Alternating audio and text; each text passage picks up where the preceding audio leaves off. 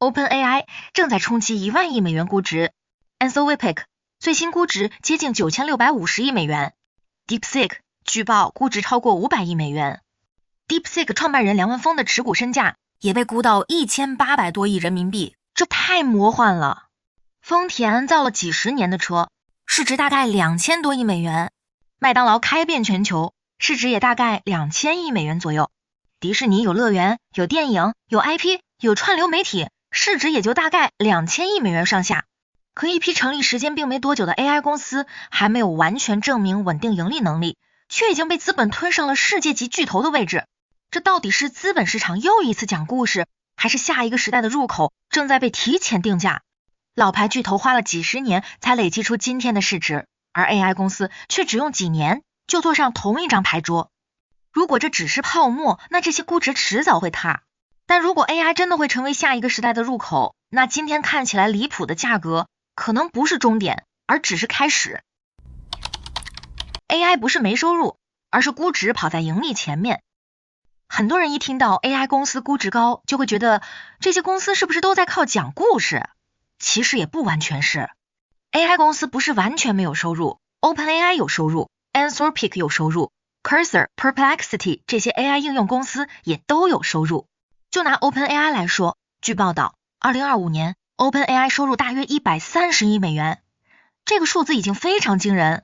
但同一年 OpenAI 的总支出大约340亿美元，这说明 AI 不是没人用，也不是没人愿意付钱。真正的问题是收入能不能追上成本，成本能不能降下来，增长最后能不能变成稳定利润。 AI 和普通软件不太一样，普通软件产品做好以后，多服务一个用户，成本几乎为零。但 AI 不是，你问他一句话，背后要跑模型；你让他生成图片，背后要消耗算力；你让他写代码、分析资料、处理文件，每一次背后都有推理成本。所以 AI 现在更像一台巨大的机器，前面用户越多，后面消耗的算力、电力、数据中心和工程师成本也越多。就像一家特别火的餐厅，门口排队的人很多，营业额也很高，但每卖出一份饭，食材、人工、房租、水电也跟着上去。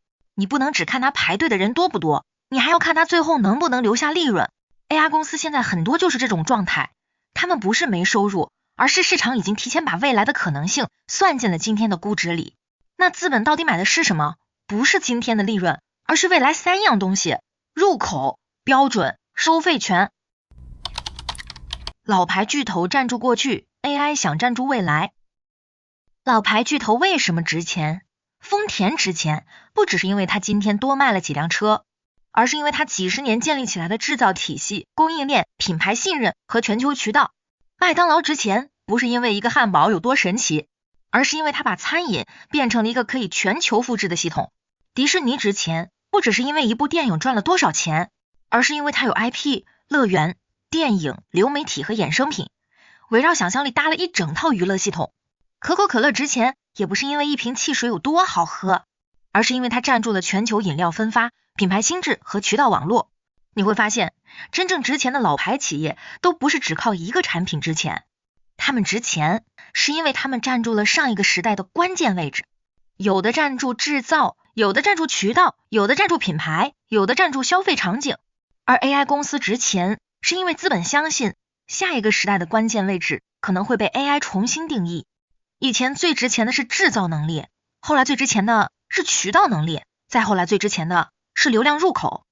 现在资本开始压住智慧入口，谁能成为人和数字世界之间的第一层界面，谁就可能成为下一个时代的巨头。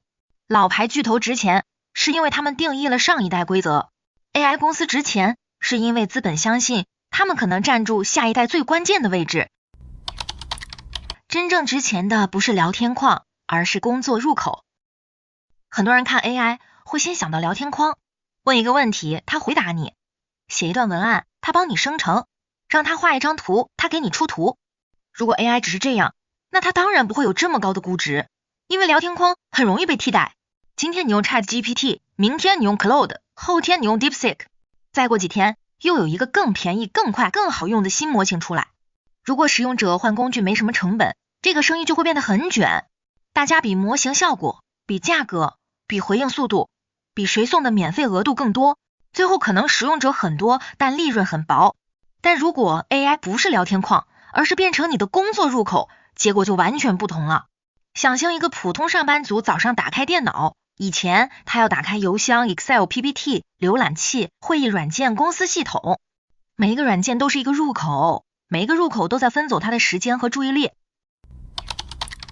这是未来还是泡沫？高估值不是今天才有，每一轮技术革命早期都会出现这种情况。互联网早期是这样，电商早期是这样，云计算早期是这样，电动车早期也是这样。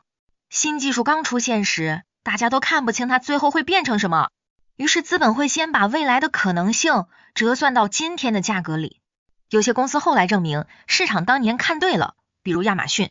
如果你只看早期的亚马逊，会觉得它很离谱，一家网络书店长期不怎么赚钱，凭什么估值那么高？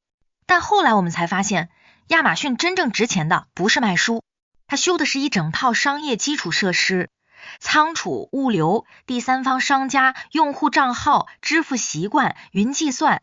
你以为他在卖书，其实他在修一条新的商业高速公路。从短期看，亚马逊当年可能被高估了，但从20年的时间尺度看，它甚至可能被低估了。但不是所有高估值公司最后都能变成亚马逊。WeWork 就是另一个方向，它曾经讲的是重新定义办公空间，重塑城市办公方式，打造线下社群网络，听起来像科技公司，像平台，像未来。但后来市场发现，它的底层更像房地产生意，长租、装修、短租、转租，成本是房租，收入是租金差，风险是空置率。可他想拿的却是科技公司的估值。如果你的成本结构像房地产公司，护城河像二房东，但你讲的是科技公司的故事，那市场一旦醒过来，估值很快就会掉下来。所以高估值本身不是问题，真正的问题是你到底有没有配得上高估值的底层结构。 AI 公司也是一样，如果 AI 最后只是很多聊天工具互相打价格战，那今天很多估值都会很危险。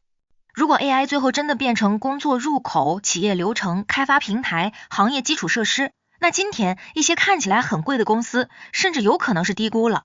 AI 估值高不可怕，真正要看的是它是在修高速公路还是在放烟花。怎么判断它是未来还是泡沫？一家 AI 公司估值很高，到底是不是泡沫？不能只看它是不是 AI 公司，也不能只看它创始人多有名，融了多少钱，估值涨了多少。真正要看3件事。第一，它是不是入口？如果一个 AI 产品只是功能，那它再酷也很容易被替代。今天你用它写文案，明天另一个模型更便宜、更快、更好用，你可能马上就换了。这种产品可以有热度，但很难支撑长期高估值。可如果它变成某一类人的第一工作入口，情况就不一样了。码农们每天用它写代码，企业客服每天用它处理客户问题，销售团队每天用它整理线索和生成话术，内容团队每天用它选题、写稿、剪影片。这时候它就不再只是一个工具，它开始变成工作流的一部分。第二，用户离开它的成本高不高？如果今天用你，明天换别人，几乎没有任何代价，那这个估值就要小心，因为用户只是路过，没有真正留下来。但如果一家企业一旦接入它，知识库、客户资料、内部流程、员工习惯、API 界面都慢慢长在上面，那离开它就会变得很麻烦，这时候它才可能形成真正的护城河。第三，它能不能把热闹变成现金流？ AI 产品洗版不等于能赚钱，用户很多不等于能盈利，估值很高也不等于价值已经落地。最后还是要看用户愿不愿意持续付费，企业愿不愿意把真预算拿出来，成本能不能降下来，收入能不能变成利润。如果这3个问题回答不了，再大的估值也可能只是烟花。如果这3个问题越来越清晰，那今天看起来很贵的公司有可能还被低估了。估值只是市场提前写下的答案。所以回到最开始的问题，为什么一批成立时间这么短，稳定获利还没有完全证明的 AI 公司，估值已经可以追上甚至超过老牌巨头？答案不是一句资本疯了，也不是一句 AI 一定伟大。老牌巨头值钱是因为他们站住了上一个时代， AI 公司值钱是因为资本相信他们会站住下一个时代。我不认为 AI 估值全是泡沫，也不认为所有 AI 公司都配得上今天的估值。未来真正活下来的不一定是最会讲 AR 故事的公司，也不一定是模型跑分最高的公司，而是最先把入口变成现金流的公司。如果 AI 真的变成下一代基础设施，那今天很多看起来夸张的估值，可能只是新时代的入场券。但如果 AI 最后只是一堆工具互相打价格战，那今天很多吓人的数字，最后都会变成泡沫教材。AI 不会因为现在亏钱就一定是骗局，但 AI 也不会因为名字里有人工智慧就天然值钱。估值只是市场提前写下的答案，真正的考试才刚开始。OpenAI 估值1万亿美元，你觉得它配吗？你觉得今天的 AI 公司更像下一个亚马逊，还是下一个 WeWork？评论区聊聊你的判断。这里是商业暗线，我们下期见。